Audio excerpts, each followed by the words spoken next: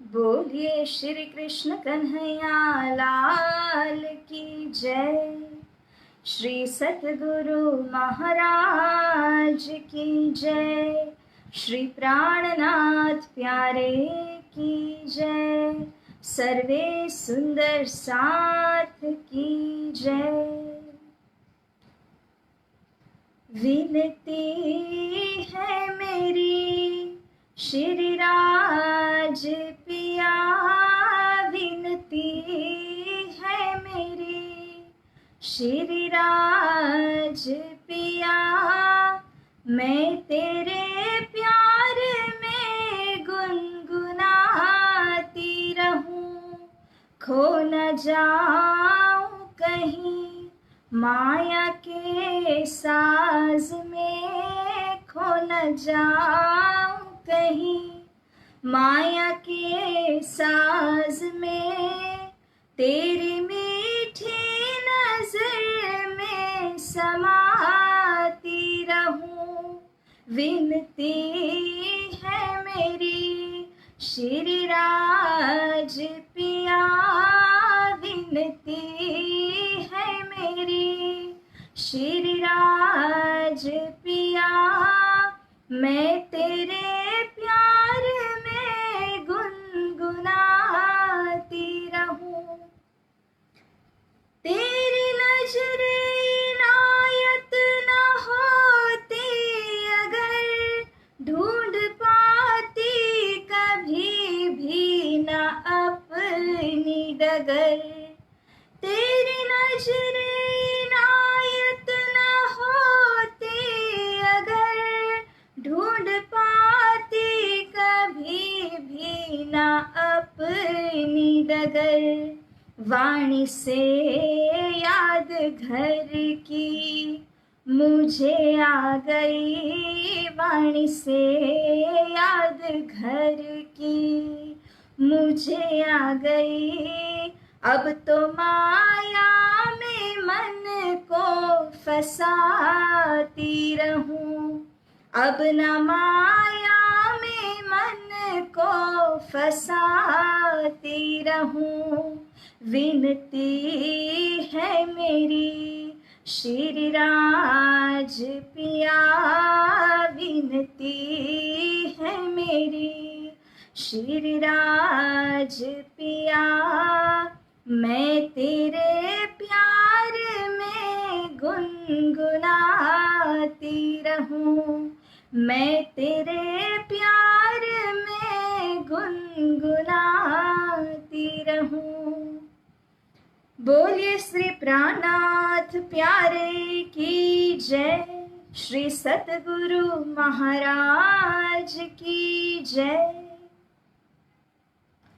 प्राणाधार सुंदर साथ जी, पुनः एक बार धाम धनी की आज्ञा और उनकी कृपा दया के कारण हम आप धनी जी की इस वाणी के ऊपर चर्चा करने के लिए एवं श्री प्राणनाथ जी के मार्गदर्शन को प्राप्त करने हेतु यहाँ पर एकत्रित हुए हैं।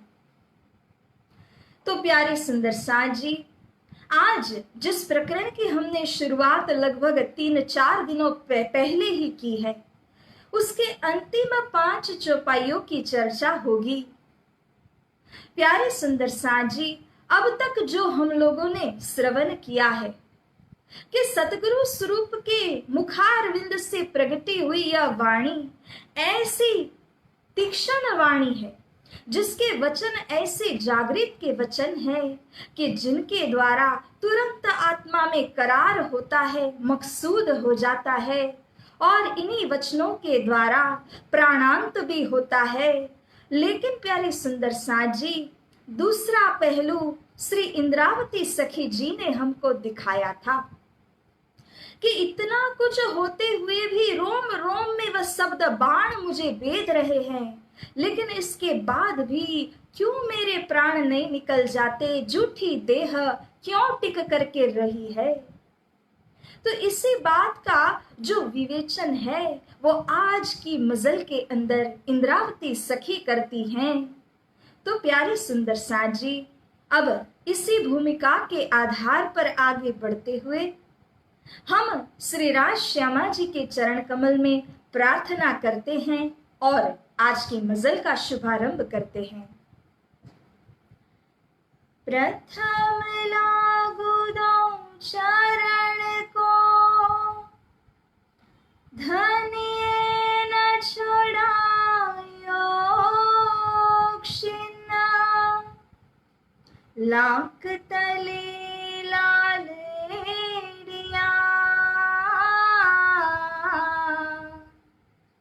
मेरे जीव के एहि जीवन, मेरे जीव के एहि जीवन, इन पाँव तले पड़ी रहूं, धनी नजर खोलो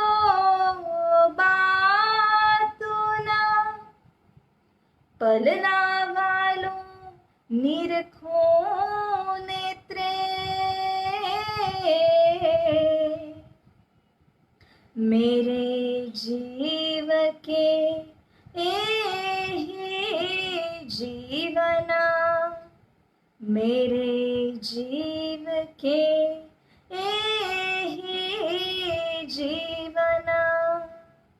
बोलिए श्री सद्गुरु महाराज की जय। प्राण प्रियतम, आत्म के आधार स्वरूप सतगुरु श्री दीनदयाल जी गुरु जी के पावन चरण कमल में कोटि कोटि प्रेम प्रणाम और उपस्थित आप सभी सुंदर साथ जी को रचिता सखी का कोटि कोटि प्रेम प्रणाम। तो प्यारे सुंदर साथ जी, आइए इस मजल को शुभारंभ करते हैं। ए शब्द धनी फुरमान के, भील अनुभव आत्मा, तिन से उड़ाऊं सुपना, पर कोई साइत हाथ हुकुमा, पर कोई साइत हाथ हुकुमा।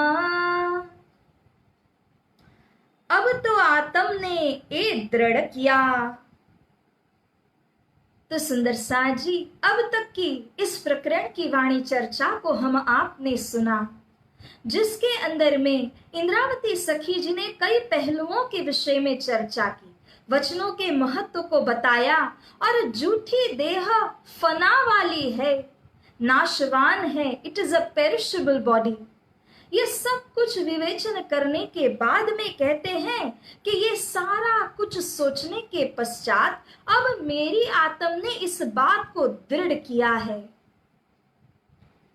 देह उड़े ना बिना ईशक। क्या कहते हैं, क्या दृढ़ किया है कि यह देह झूठी ही सही, नाशवान ही सही, परंतु ये देह उड़ने के लिए भी क्या चाहिए, इलम चाहिए कि ईशक चाहिए। तो स्पष्ट रूप से कहते हैं कि देह ईशक के बिना उड़ेगी नहीं, क्योंकि जब इलम हमको प्राप्त होता है, धनी जी का यह तारतम ज्ञान जैसे प्राप्त होता है, वैसे वैसे हमारे अंदर एक दृढ़ता आ जाती है, निडर बन जाते हैं, निशंक बन जाते हैं। जब कोई आत्म निशंक बन जाती है, तब उसके हृदय के अंदर वो जो भय होता है ना, वो पूरी तरह निर्मूल हो जाता है। वो एक पत्थर की भांति बिल्कुल मजबूत और कड़क बन जाती है। और ऐसी आत्म जिसके अंदर केवल ज्ञान हो, तो वह अपने देह को छोड़ नहीं सकेगी। लेकिन जैसे यहाँ पर कहा है कि देह उड़े ना बिना ईशक, ईशक आने की देरी है, इलम चाहिए, समझने के लिए चाहिए, परंतु समझ आ जाने के पश्चात ईशक को आगे होना है और तब जाकर के देह उड़ेगी। The divine love which is there in the heart, it has to overcome, take over the knowledge. अथवा कहें कि ज्ञान के परे विज्ञान में प्रवेश होना है, ज्ञान से परे प्रेम की मजल के अंदर हमको प्रवेश होना है, तब जाके झूठी देह उड़ सकती है।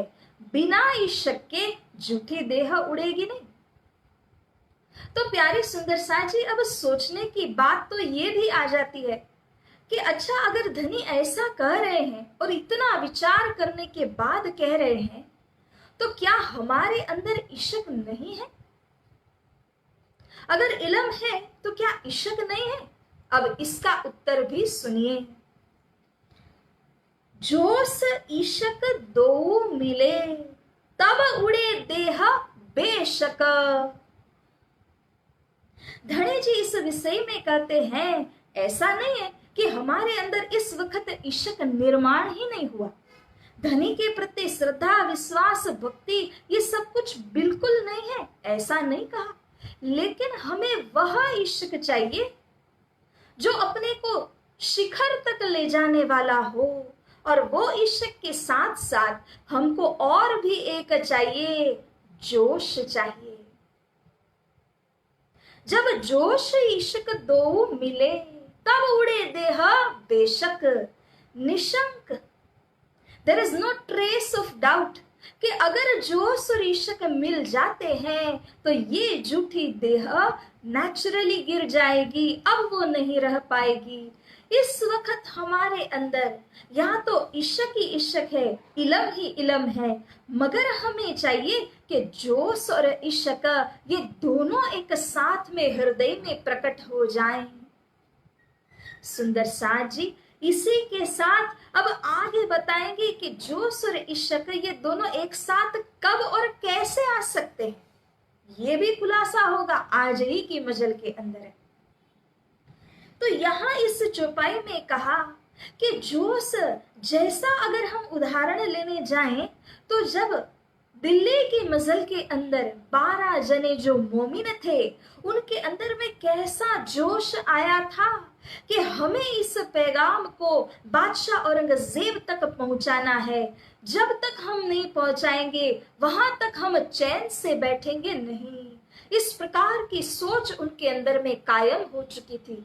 वो जोश किसने दिया?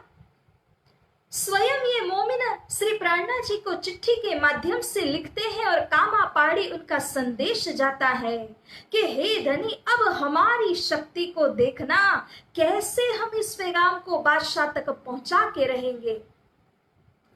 जोश इनों का देख के श्री राज भय खुशाल, तब दिलासा दई बड़ी देख मोमिनो हाल। उनका जोश देख करके श्री प्राणनाथ जी अत्यंत खुश दिल हो चुके थे, क्योंकि यह बख्शिश हक की नहीं औरों का काम। वो जोश उस दिन जो मोमिनों में स्फुरित हुआ था, वो तो धनी जी ने बख्शा हुआ जोश था। इसीलिए ये जोश भी ऐसे ही नहीं आएगा जब तक धाम धनी जी बख्शिश न करे। धनी जी तो बख्शिश करेंगे ही, लेकिन हमारी मेहनत, हमारी करनी जब उस प्रकार से बढ़ जाती है, तब जाके धनी जी भी हमारे ऊपर इस जोश की बख्शिश देते हैं। तो सुंदर सा जी मोमिनों ने कई प्रयास किए, और उन प्रयासों के पश्चात जब एक ऐसा शिखर आ पहुंचा प्रयास करने के बाद, तब जाकर के श्री राजी महाराज ने उनकी मेहनत को देखते हुए जोश को यहाँ बख्शिश कर दिया था। और श्री प्राणनाथ जी समझ गए उनके जोश को देखकर ये धनी जी की बख्शिश है, और इसीलिए धनी जी अब इस कार्य को अवश्य फतेह ही कराएंगे। तो ये जोश का एक एग्जाम्पल, एक दृष्टांत हमने समझा। और दूसरा कहे तो इश्क है सुंदर सा जी, इश्क है हमारे अंदर, लेकिन इश्क की वृद्धि होते होते होते इश्क जब उस पॉइंट पर पहुंच जाता है जहां पर अब एक खस्म के बिना दृष्टि कहीं और नहीं जाती, वो इश्क हमको चाहिए। जिस इश्क के अंदर आत्मा ओतप्रोत हो गई, निमग्न हो गई, सब भूल गई। इसीलिए यहाँ सदगुरु स्वरूप का दृष्टांत बैठता है, जिनके अंदर में वो इश्क आ चुका था, तब उन्होंने दुनियादारी में नहीं गए, दुनिया के लोगों को प्रसन्नचित्त करना उन्होंने नहीं सोचा। उन्होंने केवल अपने ब्रह्म आत्मा, अपने धर्म, अपने धनी के विषय में सोचा। हम आए हैं इतने काम, ब्रह्म सृष्टि लेने घर धाम। इसी लक्ष्य को लेते हुए सारा जीवन उन्होंने व्यापन कर दिया था। तो ये ईशक की पराकाष्ठा में जब पहुंचेंगे, वह भी पैकेज डील है। जोश और इश्क, ये दोनों का एक ही साथ हृदय में आना, इसी के द्वारा क्या होगा? बेशक निशंक ये झूठी देह तब गिर ही जाएगी। दुख ना दीजिए देह को, सुखे छोड़िए शरीर। ये शरीर एक बहुत बड़ा उपकरण है। मनुष्य देह के अंदर वह विशेषता है जो देवों के शरीर में नहीं है, इसीलिए देवों के लिए भी दुर्लभ अप्राप्य है ये मनुष्य तन। देव दुर्लभ, सुर दुर्लभ, इस तरह से रेयर टू द गॉड्स, ऐसा कहते हैं इस मनुष्य तन के लिए। क्यों प्यारे सुंदर साथ जी? क्योंकि मनुष्य देह की विशेषता देव योनि के अंदर भी प्राप्त नहीं होती। वह तो भोगने का साधन है, ये कर्म करने का साधन है। इसीलिए मनुष्य देह ये बहुत कीमती है। मनुष्य देह पाए के रहिया विषय लपटाए, तेली केरा बैल ज्यों फिर फेरा खाए। तेली के बैल जैसे हो जाओगे अगर मनुष्य देह के अंदर में आकर के भी इसे गंवा दिया तो। यसर्थ इसी मनुष्य देह के द्वारा हमको संसार देखना भी है, भोगना भी है, और इसी देह के द्वारा सब कुछ परित्याग भी करना है। The very same human body has to renounce everything while enjoying everything. कितनी कॉन्ट्रडिक्शन की बात है सुंदर साथ जी, परंतु ये सत्य है कि देह के अंदर हमें हर हमेशा तो नहीं रहना, मगर जब तक रहना है तब तक क्या करते हुए रहना है, इस बात को क्लियर रखिए माइंड के अंदर में।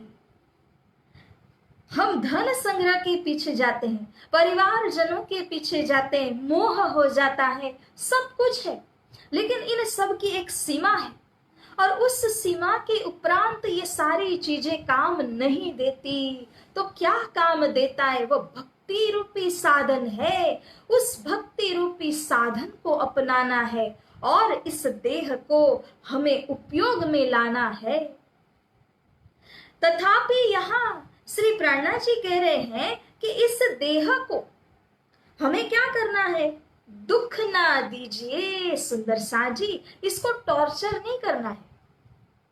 हमने सुना है ना कि इस वाणी के कारणे, इन वाणी के कारणे कई दमे देह, इन वाणी के कारणे कई करे कष्ट स्नेह। कईयों प्रकार के कष्ट सभी जनों ने किए हुए हैं। कोई भैरव से झांप खा लेते हैं, कोई तिल तिल अपने देह को कटा लेते हैं, परंतु श्री प्राणनाथ जी कह रहे हैं ये सारे माध्यम है शरीर को तपाने के, लेकिन सच्चा तप किसको कहा है, सच्ची तपस्या किसको कही जाए? तो यह समझने की बात है कि इस तारतम वाणी को जब हम श्रवण मनन चिंतन करते हैं, अध्ययन करते हैं, इसको हृदय में धारण करते हैं, तो हमारा शरीर इसमें इन्वॉल्व तो होता ही है, और यह शरीर तब इस कार्य के अंदर संलग्न होता है, तपने लग जाता है। यही है सच्चा तप करना प्यारे सुंदर साथ जी।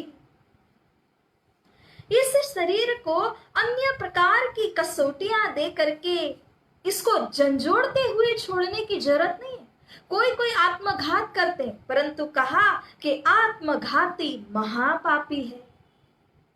तो इस शरीर को हमेशा के लिए रखना भी नहीं है, लेकिन जब तक है तब तक इसी के द्वारा कार्य को सार्थक करने की आवश्यकता है। इस बात को गौर से समझना सुंदर साथ जी कि दुख देते हुए शरीर को परित्याग नहीं करना है।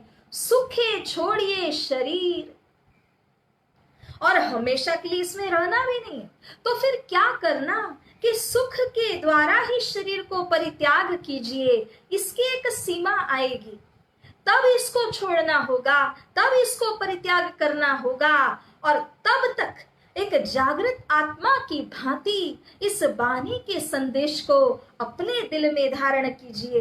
हो सके तो अन्य को पिरोसिए, हो सके तो अन्य की जागने में मदद पहुंचाइए, न हो तो अपनी आत्मा को जागृत करना, ये तो सबसे बड़े में बड़ा पुरुषार्थ है। तो सुंदर साथ जी, इस वाणी के अंदर जीलना करते हुए अत्यंत सुख से धनी से मिलते हुए ही अंतिम चरण में जाकर के इस शरीर को छोड़ना है, जब धनी जी का हुक्म होगा। उसके पहले कहा ना, हमने कल कई और चौपाइयों में सुना कि इतना अनुभव होने के बाद भी झूठी देह क्यों नहीं छूटती, क्यों नहीं गिरती। इसका जवाब भी हमको पहुंचाया है।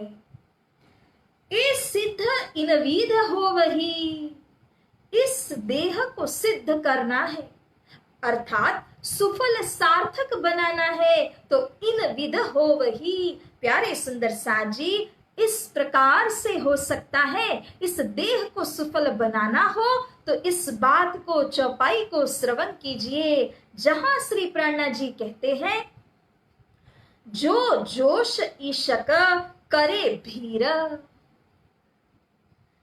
देह को सिद्ध करने के लिए ईशक और जोश, इन दोनों को भीर यानी के मिलाप करना है। When both these extremes will meet at a certain point, वहां जाकर के देह छूटेगी, देह सफल होगी।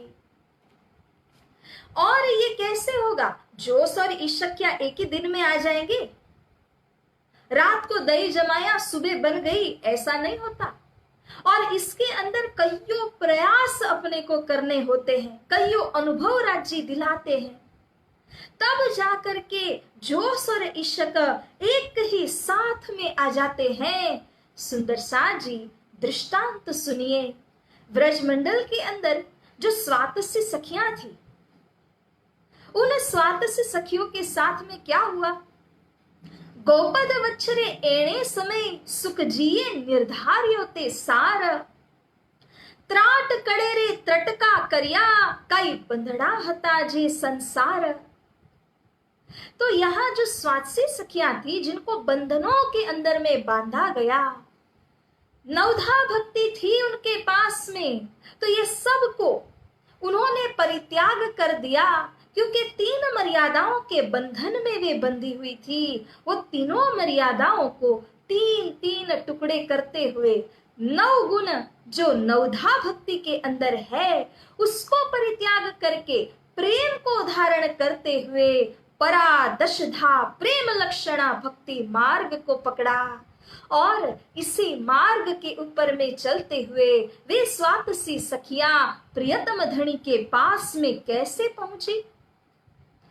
इसी दृष्टांत से पता चलता है कि विरह तामस भेड़ा बनने, त्यारे अंगड़ा थयारे पतन। ऐसा ही तो उनके साथ हुआ कि दिल के अंदर विरह और तामस, तामस संसार के जनों के प्रति, क्यों मुझे आत्म धनी से मिलने नहीं दे रहे हैं। और जो उनका प्रेम था, विरह था, वो श्री कृष्ण जी के प्रति, मुझे मेरे धनी के पास में पहुंचना है। और कितने तीव्रता से इन दोनों विरह और तामस का मिलाप हुआ कि उन्होंने अपने तन को ही परित्याग कर दिया। इससे ज्यादा बड़ा उदाहरण और क्या हो सकता है इस बात का? तो सुंदर साथ जी, ये विरह और तामस, इन दोनों के अंदर देखा जाए तो इतना बड़ा विरोधाभास है। ये दोनों एक्सट्रीम्स हैं जो कभी नहीं मिलेंगे, लेकिन उन्हीं के मिलने से देह छूटती है। क्योंकि ये विरह जो धनी के प्रति आए, तामस जो संसार के प्रति आए, इसी को वैराग्य कहते हैं। वैर और राग, वैर यानी एनिमिटी, दुश्मनी का भाव, राग यानी कि प्रेम, अपने धनी के प्रति का भाव, ये जो दोनों मिल जाएंगे ना जिस पॉइंट पे आकर, तब देह छूटती है। और इस प्रकार से देह का छूटना देह को सिद्ध करना है। अगर हम किसी गलत माध्यम से देह को परित्याग कर भी लेते हैं तो वो देह को सिद्ध करना नहीं होता। देह को सिद्ध करने के लिए चाहिए कि ये रीत पूर्वक हमारे अंदर ईशक धनी जी के प्रति जोश, उनकी शक्ति निर्माण हो। और इस प्रकार से जब दोनों मिल जाए अपने हृदय के अंदर, तब ये देह छूटे तो वह सार्थक कहा जाएगा। अब दौड़े जोश ईशक को। इंद्रावती सखी जी इस चौपाई के द्वारा हमको यह संदेश प्रदान करती है कि हे सुंदर साज जी, ये सारी बातों का कथन हमने किया, तो अब आगे क्या करना है तो सुनिए। अब दौड़िए जोश ईशक को, दौड़ लगाओ अब। सूता होय सो जागियो, जागा सो बैठा होय, बैठा ठाड़ा होइयो, ठाड़ा पांव भरे आगे सोए। और जिसने पांव भर लिए हैं अब वो दौड़ लगावे सोए। ईशक के लिए, जोश के लिए मेहनत परिश्रम करना है। क्योंकि अगर हमने सोच लिया कि मुझे सब कुछ आ रहा है, आई नो एवरीथिंग, तो फिर मेहनत करने के लिए आगे कौन बढ़ेंगे। अगर संतुष्ट हो जाए हमारा मन तो फिर हम इसके गहराइयों तक जाने का प्रयास नहीं करेंगे। मगर सुंदर साज जी, हमें चाहिए कि राजी महाराज की इस वाणी को सुन के उसका निचोड़ सार ज्ञान लेते हुए हमें अनुभवों की प्राप्ति होने लग जाए। और जितने अनुभव हमारे दिल में होंगे उसी से एक ऐसा पॉइंट आ जाएगा which is the culmination of everything. उस पॉइंट पे, उस छोर पे जब जाओगे तो जोश और इश्क दोनों मिलेंगे एक ही साथ में। तो इसी जोश और इश्क के लिए अब मेहनत करनी है, दौड़ लगानी है। अब ये प्रश्न उठ जाता है कि दौड़ कैसे लगाएं, तो इसका उत्तर भी श्री जी दे रहे हैं। याद कर साथ धनी धाम, हे प्यारी आत्माओं, हे सखियों। अब एक ही लक्ष्य कि धनी को, धाम को, साथ की जमात को हर दम हर पल कैसे याद करते हुए व्यतीत करें और कैसे हम उनके सेवा कार्य में लगे, जिसके द्वारा शरीर भी धन्य धन्य हो जाए, शरीर छोड़ने का समय भी आ जाए और अंतिम में जोश इश्क दोनों मिल भी जाएं।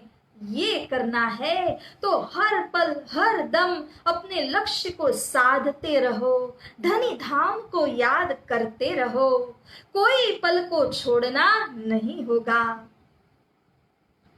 ए धनी बिना न आवही, कहा ना कि जोश और इश्क कब आएंगे, इसके विषय का विवेचन भी श्री जी ने यहाँ पर करते हुए बताया कि धनी जी के बख्शे बिना वो आएगा नहीं, वो सब उनकी कृपा से आ रहा है। सुंदर साज जी, कृपा हमेशा हो ही रही है। करनी और कृपा का मिलान होना चाहिए। जब करनी इस प्रकार की हो जाती है कि हम बार बार बार बार बार बार प्रयास करते हैं, तब जाके कृपा अपने आप बरसती है और अनुभव होता है। तो इसीलिए हमको ये चाहिए कि हम अपनी करनी, हम अपनी मेहनत को न छोड़े और जो फल देना, जब जिस समय में देना, कब इश्क कब प्रेम देंगे, कब हमारे अंदर वह जोश प्रकट होगा, ये सब धनी चरणों में, उनके आश्रय में छोड़ दिया जाए। तो इस प्रकार से जोश इश्क प्रेम काम, धनी जी के दिए बिना जोश इश्क प्रेम काम कुछ भी नहीं होता है। हमारे हाथ में केवल इतना है कि बाणी दी है, वो बाणी के माध्यम से मनन करिए, मंथन करिए, चिंतन करिए, आत्म में इसको उतारिए। उसके आगे धनी जी स्वयं लेकर के जाते हैं। सुंदर साथ जी, in our evolutionary journey there is a certain point till which we have to travel, after which Shri Rajji will take over, his grace will take over। हमें उसके आगे लेकर के जाएगी यह दया। तो धनी जी की दया को प्राप्त करने के लिए हमारा वाणी में जो डूब जाने का परिश्रम है, इसे जारी रखना चाहिए। तामस राजस स्वातस चले माहे गुण तीन। पहले ही हमने देखा है ना कि परमधाम में भी 3 विध की सखियां, तामसी, राजसी, स्वातसी सखियां हैं। संसार में व्रज से रास में जाते वक्त भी 3 प्रकार की सखियां 3 विध से चली थी। और यहां जागरण के ब्रह्मांड में this is not an exception, यहां पर भी वही होना है। यहां भी तीनों प्रकार की सखियां, अर्थात जो तामस को लेके चलने वाली, रजोगुण को लेके चलने वाली अथवा सतगुणी जो है, वो 3 विध से चल रही है। इसी विषय का यह प्रकरण था। और अब अंतिम में जाकर के सार रूपी बात को यहाँ श्री प्राणनाथ जी हमको दे रहे हैं, मानो जो है गागर में सागर डाल करके दे रहे हैं। इस बात को समझना सुंदर साथ जी। वचन अनुभव ईशक हुआ जाहिर यकीन। यहां भी 3 विध का चलना है। वचन के द्वारा अर्थात वाणी को शिरोधार्य करते हुए वाणी के इलम ज्ञान को पूरी तरह पान जिसने कर लिया, वचन वाले वो कहे जाएंगे। और उसके बाद अनुभव कहा है, एक्सपीरियंस के द्वारा जिन्होंने ज्ञान भी लिया, प्रेम भी है, परंतु प्रधानता है अनुभव की। और तीसरा प्रकार जो यहाँ बता रहे वो ईशक के द्वारा है। ईशक यानी कि सिंपली प्रेम को लेके भक्ति में डूब करके जो चलेंगे। देखिए ना, हम अगर कभी बीमार हो जाते हैं और अगर हम किसी दवाखाने में जाते हैं तो हो सकता है कि वहां पे हमें डॉक्टर मिले, हो सकता है हाकिम हो सकता है वैद्य हो। वो अलग अलग पैथी के द्वारा हमारा इलाज करेंगे। होम्योपैथी ले सकता है, एलोपैथी ले सकता है, अथवा चाहे आयुर्वेदिक के माध्यम से हमारा जो क्योर कर सकता है। लेकिन उसका लक्ष्य तो एक ही है ना कि पेशेंट को आराम दिलाना है, उसको अच्छा करना है। इसी तरह ये तीनों प्रकार का चलना जो बताया है, ये तीनों विध के चलने का लक्ष्य एक ही है, धाम धनी के श्री चरण कमल। और तीनों में देखिए वचन, अनुभव और ईशक, तीनों में देखिए तो तीनों ही गुण भी आते हैं। वचन में अनुभव और ईशक भी है, परंतु वचन की प्रधानता है। अनुभव के अंदर ईशक भी है, वचन भी है, फिर भी अनुभव की प्रधानता है। ईशक के अंदर कुछ वचन भी समझे हुए हैं और कुछ अनुभव की प्राप्ति भी है, लेकिन प्रधानता ईशक की है। तो इस प्रकार से सुंदर साथ जी 3 विध का चलना में लक्ष्य एक ही होता है। अब यहां समझने की बात यह है कि जो केवल वचन को प्रधानता दे करके चलते हैं, उनको तामस में चलने वाले कहा। तामस बुरा नहीं है, जो तुरंत वस्तु को करने में सक्षम हो, वो गुण तमोगुण में होता है। किसी चीज को तुरंत तोड़ देना, किसी चीज को तुरंत परित्याग कर देना, जैसे गोपियों ने संसार को परित्याग किया तो अग्रगण्य तामसी हुई थी। तो ये तमोगुण की विशेषता है। और वचन को जो लेते जानते हैं वो क्या करेंगे कि पूरी तरह वाणी के हर वचन के साथ में उनका परिचय होगा। जो अनुभव वाले हैं, ये अनुभव वाले के अंदर वचन भी है, ईशक भी है, परंतु मुख्य उनके पास में अनुभव है। 12 मोमिनों का उदाहरण है जिस प्रकार से सुंदर साथ जी दिल्ली की लड़ाई के अंदर क्या उनको ज्ञान नहीं था? लालदास जी महाराज जी को देखिए, भीम भाई को देखिए, पूरी तरह से समर्पित थे। ये समर्पण का अनुभव उनके पास में था। इसीलिए अपने जान की बाजी को लगाते हुए भी उन्होंने इस बड़े से बड़े कार्य को संपन्न किया था। अब जो ईशक वाले हैं, जो केवल माला करेंगे, उनको भी वचन भी पता है, ज्ञान भी प्राप्त हुआ है, परंतु अपने तक सीमित है, अपनी जागरण तक सीमित होगा और उनके पास में कोई ना कोई प्रकार का अनुभव भी जरूर धनी जी ने उनको दिलाया ही होगा, परंतु प्राधान्यता है ईशक प्रेम की। माला करते हुए इनोसेंटली वो परम धाम को जाएंगे। जैसे किसी वस्तु को बोरी में डाल दिया, बोरी को बांध दिया, सीधा यहां से आपने किसी और स्थान में उसको ट्रांसपोर्ट कर दिया, वो बोरी तो वहीं जाके खुलेगी, उसकी आंखें बंद रहेंगी, उसे पता ही नहीं है रास्ते में क्या हुआ। लेकिन जो वचन को लेके चलते हैं, उनकी आंखें खुली है, वो एक पैसेंजर की भांति हर स्टेशन में क्या क्या आ रहा है वो सब अवलोकन करते करते अपने लक्ष्य तक पहुंचेंगे। तो इतना अनुभव है इलम और इशक वालों के अंदर में। कोई भी प्रकार हो, क्योंकि एक ही प्रकार नहीं दिया है, जैसा भक्त होगा उसी अनुसार वह चलेगा। इसमें कोई उच्च नीचता की बात नहीं है, लेकिन तीन विध का चलना है। तीनों प्रकार से धनी धाम को प्राप्त किया जा सकता है। सुंदर साज जी ये बता रहे हैं।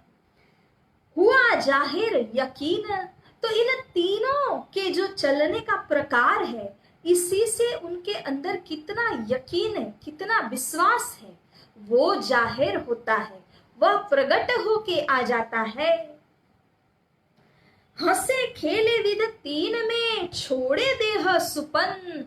तो प्यारे सुंदर साज जी अंतिम चौपाई में ला करके यहाँ श्री प्राणनाथ जी कहते हैं कि यहाँ संसार के बीच में हंसते हुए, खेलते हुए और तीन प्रकार का जो चलना है, उसमें से किसी एक प्रकार को तो लेना ही होगा। या तामस से चलिए, राजस से चलिए, अथवा स्वातस से चलिए।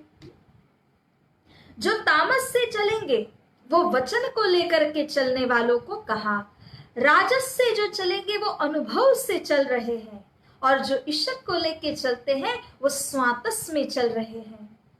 तो इस प्रकार से कोई भी प्रकार लेकर के छोड़े देह सुपन, हमें इस देह को तो परित्याग करना ही है। अंतिम में रिजल्ट तो एक ही है कि अब हम रहियो न जावही, मूल मिलावे बिन, हृदय चढ़ चढ़ आवही, संसार लगत अगिना। प्यारी सुंदर साज जी इसीलिए महामत कहे सुख चैन में, धनी साथ मिलन। हे सुंदर साज जी, धनी के साथ में मिलना ही है। किसी लक्ष्य में पहुंचने के लिए आप प्लेन से जाइए, ट्रेन से जाइए, रोडवेज से जाइए, लेकिन लक्ष्य में पहुंचना है, किसी भी मार्ग से जाओ। इसी तरह तीनों में से किसी भी प्रकार से जाना ही है, मगर धनी से मिलने का लक्ष्य तो निश्चित रहा। तो महामती श्री प्राणनाथ जी कहते हैं कि यहाँ पर भी सुख चैन में रहिए, सदा आनंद मंगल में रहिए। सुंदर साज जी, क्योंकि धनी का साधन करना वही हमारे लिए चैन की बात है। दुनिया करे चाकरी, मोमिन करे आराम। इसीलिए कहा है कि दुनिया वाले इस संसार की वस्तुओं को बटोरने के लिए चाकरी करते हैं, मोमिन धनी जी की चाकरी में अपना सुख चैन पाते हैं। उनको प्राप्त करने की मेहनत के अंदर वो अपने सुख चैन की अनुभूति करते हैं।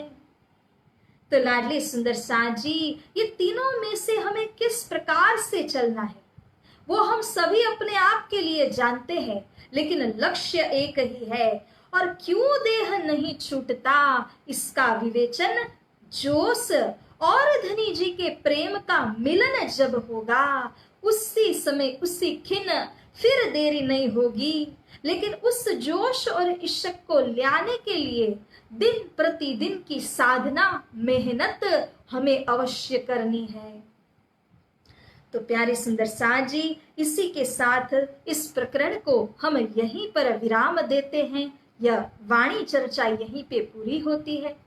आने वाले रोज महामती श्री प्रेरणा जी स्वरूप का सुंदर प्राकट्य महोत्सव है और सुंदर साथ जी एक नए उमंग, नए जोश को लेकर के हम धाम धनी जी के प्राकट्य महोत्सव की चर्चा को श्रवण करेंगे। तो आइए इस चौपाई को हम दोहराते हैं और मजल को यहीं पर विराम देते हैं। हंसे खेले विध तीन में, छोड़े देह सुपना, महामत कहे सुख चैन में, धनी साथ मिलना, धनी साथ मिलना।